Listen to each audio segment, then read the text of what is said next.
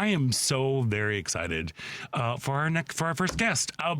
Look, Anthony Rapp basically secured his place in Broadway history in the original company of Rent and the so delightful and so hard. I love the revival of You're a Good Man, Charlie Brown. He's also one half of the first openly gay couple in space on Star Trek Discovery, and now he's coming home to Chicago with the intimate holiday cabaret, Anthony Rapp, home for the holidays at Looking Glass Theater. Anthony Rapp, welcome to the show. Thank you so much. We're so excited to have you. Well, you've earned it. Yes. Damn it, Anthony Rapp. You've had such an incredible career, and it all started right here in Chicago, right? Yeah, I was born on the north side at what was then known as Swedish Covenant Hospital, but now is just Swedish Hospital. But I grew up in Joliet. I went to Joliet West High School, graduated in '88, moved to New York after graduating. But I was working as a kid in showbiz. My first professional job was at the Goodman Theater as an understudy in Christmas Carol. All right. I think I was like 8. Was it? Were you Turkey Boy or Tiny Tim? I was understudying Tiny Tim, and then I also had to. There was like this. You'll hear my toddlers in the background too, by the way. I also had to do like the coming out from underneath the ghost skirt at one point. The little kids like pointed at Scrooge. Yeah. You know, like they're starving kind of thing. Hunger and I forget the yes. Oh, of course, that is. Yeah, my son Rye is saying that he's being a stinker butt to another kid over there, so he's correct. He's correct. And then I got my equity card. The first national tour of Evita was sitting down in Chicago in 1981, and there were 4 kids in that production, and I auditioned to replace one of them, and I was in that at the what was then the Schubert Theater for I think like 6 months or so. So that was my first equity job. Nice. Of course. Come on now. But then now people may know you from Rent, but I, of course, know you from Adventures in Babysitting. Yeah. Was that your first? That was your first movie, right? That was my first film. I was 15. They did a nationwide search kind of thing where they were going all over the country to audition kids and teenagers, and I was 15, got the role, and it was a great experience. We filmed mostly in Toronto, but we did shoot a little bit in Chicago. Right. Like on the L train, I forget on the Edens.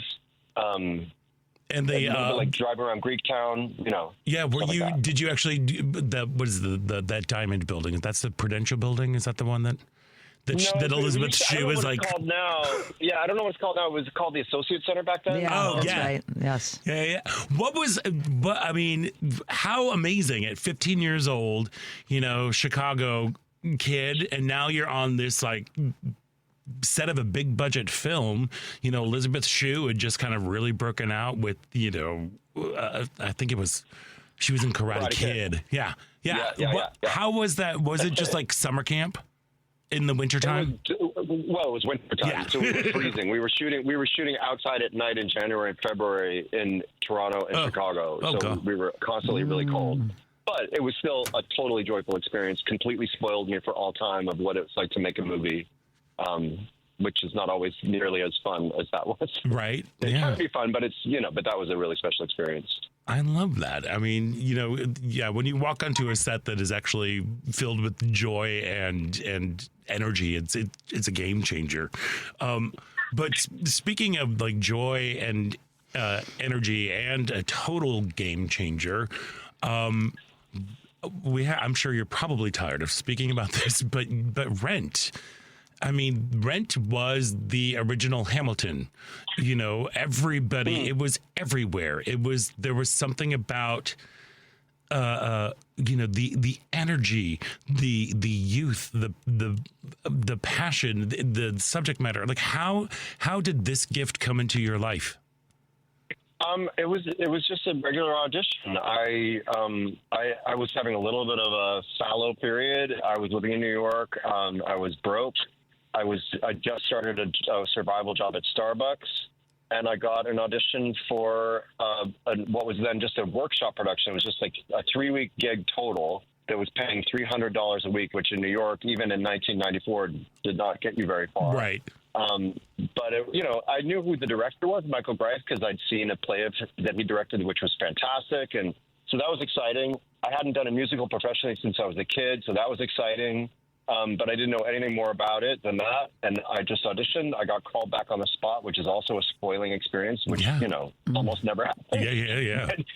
And then I came back and had to learn the song "Rent" for my callback. I messed up in both my auditions. I sang. I jumped a verse in my first audition, and then I started on the wrong note in my callback, but I still got the part, which I'd like to tell. I like to tell that part of the story mostly for like aspiring actors to know that messing up in an audition is not in any way, shape, or form a problem, unless the people casting the show are just mean. Right. And they want to see how you bounce back from that, I'm sure, as part of it, you know?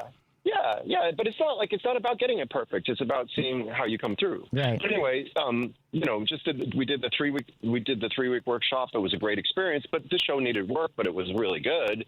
And then it was like several months later that we got the word that we were going to have a full production, which happened a little over a year later. And then, and I knew it was something special, and I had high hopes for it, but you just never know what it's going to turn into. I would tell people in the intervening year that I was a part of this project that I was really excited about. I had said, I think it's going to make a bit of a splash. Just a touch. Just a little bit. I did mean that, but I meant like in a like it's good. I thought it had the potential to garner some attention and be kind of like this downtown thing.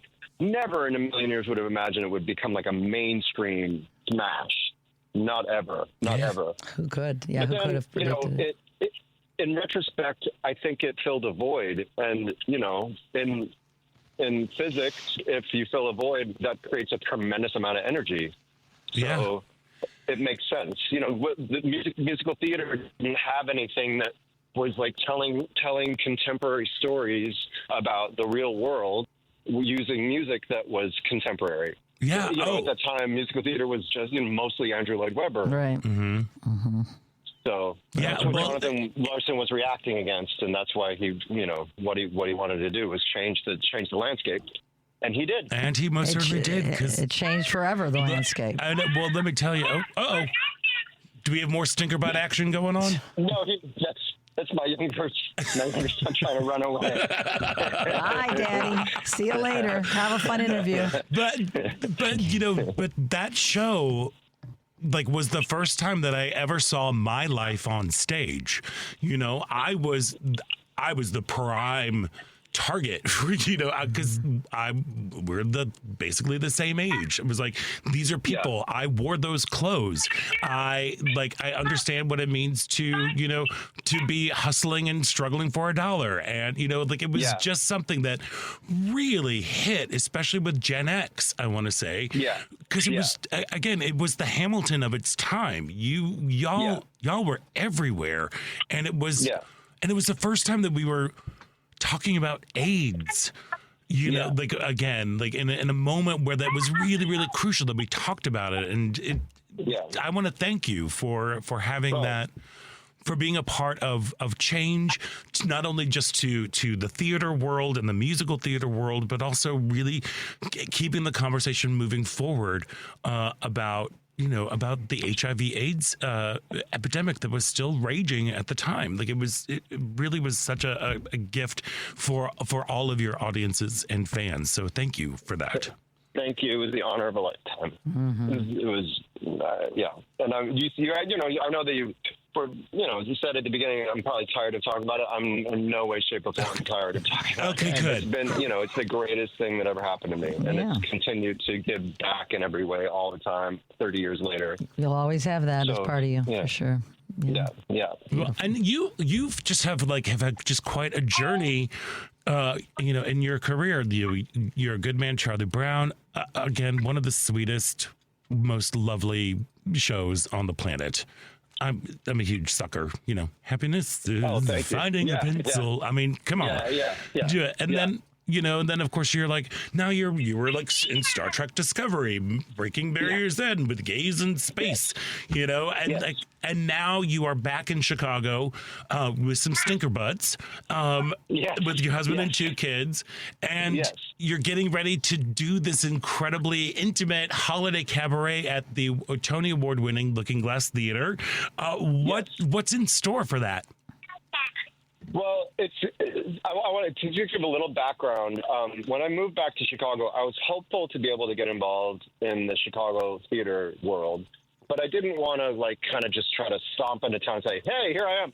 So it's been a wonderful process of talking to folks at Looking Glass, who I was introduced to via my sister, in which we just started engaged. Looking Glass has such an incredible reputation and incredible pedigree. But they, mostly do these hugely inventive, physical theater that's, devised by their company and developed over time. So they really don't do a lot of different shows in the course of a season. And they're looking to find new ways to bring lights into their beautiful space that they have in this incredible location, and to kind of, energize and engage their audience. So we were just talking about what might it be. And it was through, meeting with a wonderful board member who's been super supportive, Marcy Mazur, and David Schwimmer, who's on the board and, one of the founding members. They're the ones who was like, we would like to fill it with music, because they don't do a lot of that. Sometimes they do have music in their shows, but they just thought that this would be a really great way. So we just started talking. And for me, the idea of coming back in the city, I love concerts. I love intimate concerts. And then also to be able to assemble a group of local talent to celebrate the incredible richness of Chicago talent. So we had auditions. There's 6 incredibly talented, really exciting performers that we found after auditions that myself and 6 others are going to put together an evening of what I hope are going to be fresh takes on familiar music. And it's going to be an intimate, cozy, comfy way to come together in, what are kind of dark times that we're living through. Oh, we need them. More than ever. Yeah. Anthony, how did you go about selecting the music for Home for the Holidays? And are any of the songs that you've chosen, do they have a special meaning, relating to your childhood or your family? Yeah, absolutely. I mean, I grew up, I know you talked about already about Your Good Man Charlie Brown, but I grew up, it's mac and cheese. I grew up watching Charlie Brown and watching Charlie Brown Christmas. So we're going to do a little tribute to Charlie Brown, and to me, how it resonates very powerfully for me in both the holidays and with my family. And, and this is, my mom died when I was 25 while I was in Rent. And so, there is a bittersweetness at the holiday time that I also want to honor as part of the evening. And I don't want to skirt over the fact that for many people, the holidays are complicated. They are joyful and cozy and comfy, and there's time and space to allow for the loss and the grief that we experience at this time of year. So Charlie Brown for me becomes a way to do a little bit of that. There's incredible iconic songs like Have Yourself a Merry Little Christmas that we found this wonderful singer to do, and they presented it in what I feel is a very fresh way that also honors the traditional matter of it. There's, Little Saint Nick, we're going to do, I hope, a really fun arrangement of that with the whole company, things like that. It's a nice grab bag of holiday songs. There's a couple songs that probably very few, if anyone has ever heard, that are, to me, very inventive, really fun, really zany things. And then there's things that have a little more heart and soul to them, too. So it's going to be a wide array, but with a very talented, very exciting group of people. Oh, that sounds perfect. It's like a cornucopia of emotions. I love the fact that you are also acknowledging the bittersweet and the sadness of the time around you, because that's a part of it. Yeah, absolutely. And it's going to be like, the vibe is like, even though we're in a theater, that we're kind of like like we got invited to someone's home at a holiday gathering where people are just sort of hanging around the piano singing songs kind of vibe, So it's that's the hope. It's gonna be intimate, conversational, cozy, not flashy, authentic, kind of coming together. That's the whole hope and vibe. And I'm very grateful to Looking Glass for giving us the chance to experiment in this way and bring this life to their incredible space. Oh, that sounds wonderful. Yeah, and we are very grateful that you are back in our fair city to share all of your incredible gifts and talents. So, hey, if you're looking for something that's wonderful to do, don't miss Anthony Rapp, Home for the Holidays. It's going to be playing at Looking Glass Theater December 17th through the 20th. For tickets, go to lookingglasstheater.org, and that's theater with an R-E and probably too many G's than you think. Go in there.